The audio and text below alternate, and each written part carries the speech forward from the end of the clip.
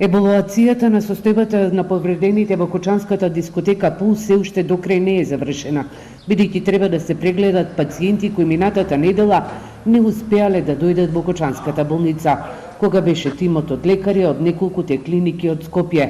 Директорката на клиниката за пластична хирургија, Јасмина Ѓорѓиевска Павлова за Телма, вели дека досега е извршена евалуација на над 140 пациенти од Кочани.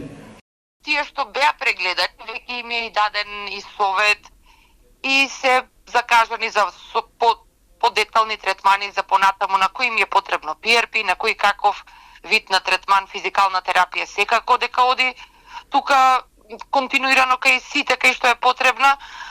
Така да, значи, се уште можам да кажам дека евалуацијата е во текст. Извештајот за состојбата на пациентите и каков третман ќе им треба понатаму се очекува да биде готов до крајот на неделава.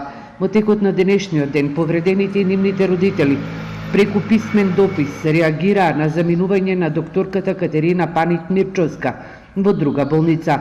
Повредените се задоволни од низината грижа кон нив. Се прашуваме дали пак ќе останеме сами, повеќе не веруваме и сакаме сите да знаете, не е исто кога некој само ја пополнува смената и кога некој навистина се грижи.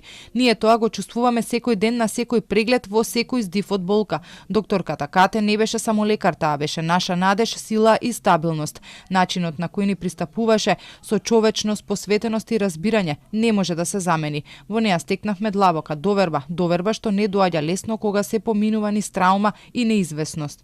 Директорката на Кочанската болница Кристина Серафимова смирува и вели дека докторката Панит-Мирчовска ќе остане да работи и да им пружа здравствена грижа на повредените.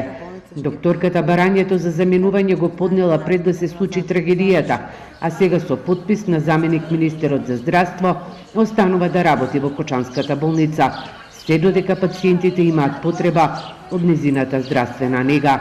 Таа додава дека поврзаноста на докторката со децата ќе останат за секогаш, а тоа ги прави и посебно горди.